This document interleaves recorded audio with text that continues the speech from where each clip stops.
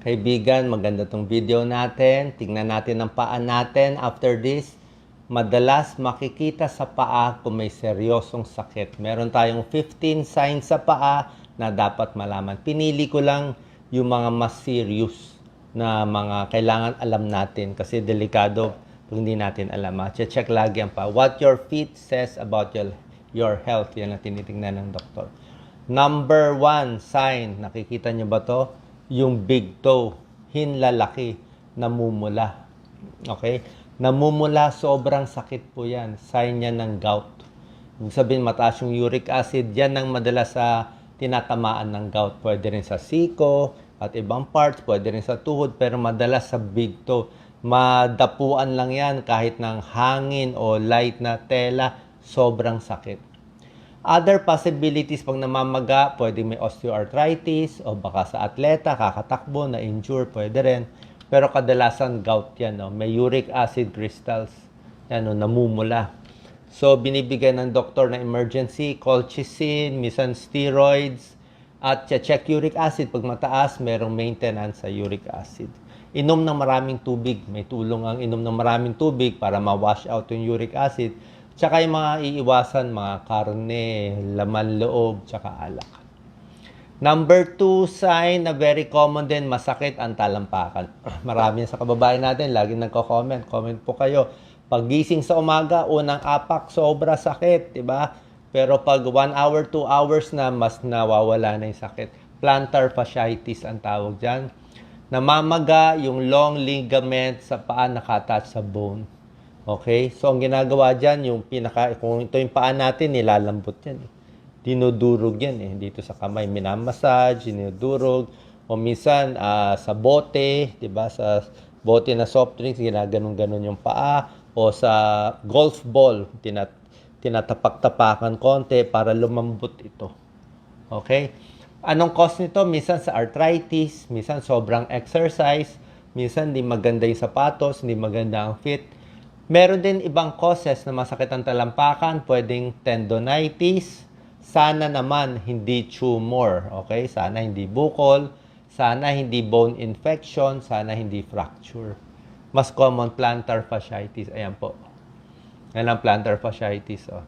Chronic damage, minsan sa mga runner eh. Tapos yung sapatos. Oh. Ang treatment dito, magandang rubber shoes. Yung maganda yung kutsyon ng rubber shoes, may heel pads, at tamang exercise. Number 3, ito po, medyo delikado tong sign.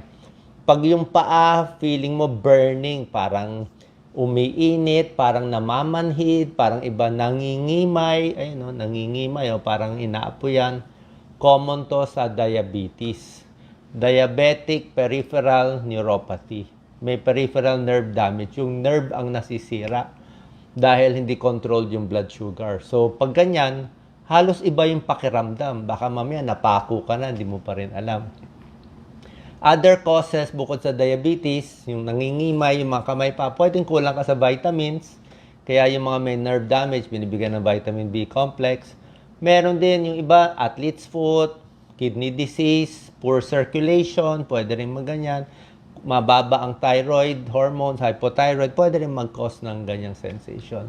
Pero ang pinaka-concern natin yung sa diabetes. Kaya kung may diabetes po kayo, check lagi yung paa. Oras na iba na yung pakiramdam, parang hindi nyo na maramdaman, delikado po. Ayan po, shooting pain sa paa, burning, tingling sa feet, pati sa kamay sa paa, pati yung lakad, minsan hindi balanse. At meron pa po, very important sign. Hindi ko lang napakita dito eh. Tingnan nyo yung paa nyo. Dapat ang kulay ng binti at paa pareho. Kung brown siya, brown siya. Tingnan nyo, pag yung paa nyo, nagkaroon kayo ng brown stippling. I think stippling yung word. Parang may tuldok-tuldok na kulay brown. Kulay brown. Tapos pag matagal na, dadami na yung brown. Minsan punong-puno na yung brown. So nag-iiba kulay, parang nagba-brown yung paa o nangingitim. Tapos yung iba, yung iba po dark colored, yung iba normal kulay. Sign na nagbabara yung artery sa paa. Okay? Peripheral artery disease, PAD ang tawag doon, PAD. So, kumbaga sa puno, nagkukulang ng tubig at nutrisyon, kaya namamatay yung sanga. Yung sa paa, nagkukulang yung arterial flow, naghihikaos yung paa, nagkukulang, kaya nga nangingitim siya. Yung artery ang barado doon. Ito naman, nerve, kaya nangingimay. Pareho nasisira sa diabetes. Nerve tsaka artery. Isang cause din pala ng nerve damage ay old age. Pag tumatanda, nagkakaroon din ng peripheral neuropathy pag nagkakaedad minsan. Kahit hindi diabetes. Number 4, nanlalamig ang paa. Okay? May ibang tao, like laging malamig ang kamay at paa, pwedeng anemic, kulang sa dugo, nanlalamig. Pwedeng hypothyroid, nilalamig din siya madalas. Or pag iba yung sensation, tulad ng sinabi ko, pa-check na rin yung blood sugar, baka diabetes.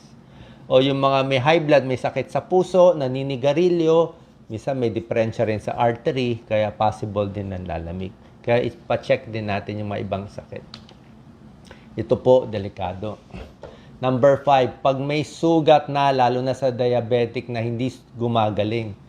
Kaya pag diabetic, gabi-gabi i-check ang paa. Tingnan nyo, may sugat ba? May namumula ba? Kasi pag diabetic nga, matagal maghilom. May sugat na, pasensya na, ginawa ko lang maliit yung picture para hindi nakakadiri. Major warning sign yan. May nana, may sugat yung paa. Ganito po nangyari, nabubutas pa minsan yung paa. At mahirap gamutin yung infection. Dapat nga dadalhin to sa ospital, intravenous antibiotics. Kasi pag hindi to naagapan, palaki siya ng palaki. Hanggang mamaya buong paa na. Kaya pag malala na, pag kinain na yung buto, sasabihin ng doktor, puputulin na yung paa. BKA tawag doon, below knee amputation. Kung di, mamamatay yung tao, kakalat sa dugo. So, diabetic, mahina immune system, hindi makaramdam sa paa, kailangan makontrol ang blood sugar natin. Dapat normal. Pag laging so high ang blood sugar nyo, yan ang complication. Kaya delikado. Usually sa paa lang ang nagsusugat, hindi sa kamay. Number 6, pag-iingatan, manas. Okay? Maraming causes ng manas. Ito nilalagay ko. Doon muna tayo sa manas na hindi delikado. Ang manas na hindi delikado, sa mga babae, sales lady, sa mga gwardiya, lagi nakatayo, may manas sa hapon, okay lang yon. Pag nagkakaedad, hindi rin maganda yung venous supply natin, nagmamanas din sa hapon, pwede na rin yon, hindi naman delikado. Gagawin lang natin, tataas yung paa sa gabi, yung paa dapat mas mataas kaysa sa puso, tapos usually mawawala na yung manas, minamassage lang natin yung paa. Meron ding manas dahil sa amlodipine. Uminom ng amlodipine sa high blood, okay lang yon. Babawasan lang ng dose ng doktor nyo. Yun ang mga manas na hindi delikado. Pero may manas na delikado at nakamamatay. 3 cause. Heart failure. Pag mahina na yung puso, nagmamanas na yung paa, hinihingal na yung pasyente, hindi na makahiga ng flat, heart failure. Kidney failure, hindi na umiihi. Nag-iipon yung tubig, nagmamanas yun, pati muka. Liver failure, nasisira yung atay. Pag nasira yung atay, bumababa yung protina sa katawan. Pag kulang sa protina, nagmamanas din. So, yun ang babantayan. Kung duda tayo na may ibang, tingnan nyo rin yung mga ibang signs sa katawan. Number 7, merong pagkakataon minsan, namumuti yung daliri sa paa. Sabay ito paa at kamay. Namumuti, imbis na pink or pinkish red, namumuti tapos nagbo-blue. Nag-iba kulay, nagwa-white, nagbo-blue, tapos nagre-red again. Tawag po dyan, Raynaud's disease, Raynaud's phenomenon. Usually, nag-i-spasm yung mga artery natin sa paa at kamay. Anong mga sakit to? Autoimmune disease. Yung mga autoimmune disease, marami yan. Lupus, psoriasis, rheumatoid arthritis, thyroid disease, pwede magkaroon ng ganitong Raynaud's phenomenon, yung nagbabago yung kulay. Yan. Sinasabi yan ng pasyente, kala nila mapuputol na yung kamay nila. Ginagamot yung autoimmune disease. Number 8, merong clubbing, di ba? Napakita ko na to sa kamay, di ba? Sinasabi ko sa inyo, kung may sakit sa puso, titingnan yung daliri, pag dinikit natin, kailangan may butas siya. Ayan na, may butas. Pag clubbing, kumakapal itong balat dito, pati yung kuko tumataas. Pag ginanyan mo yan sa kamay mo, nakadikit na yan. Kumakapal to. Ganon din nangyayari sa paa. Ayan, kumakapal.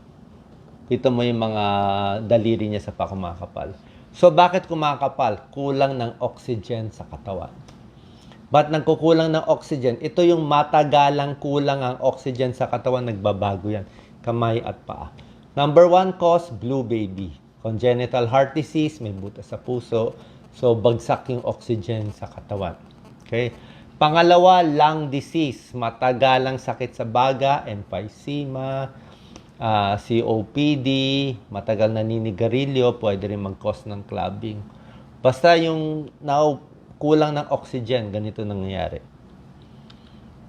Yan. Number 9, ito po, pasensya na rin. Nangangamoy yung paa, nagbabalat-balat, nagbabasa-basa, alipunga. Very, very common.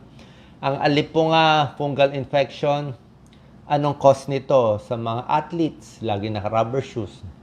O sa mga sundalo na may mga pinupuntahang malalayong lugar, hindi sila nakapalit ng shoes. So pag laging hindi nagpapalit ng sapatos, laging basa, at pag naliligo, dapat sinasabon maigi at pinapatuyo.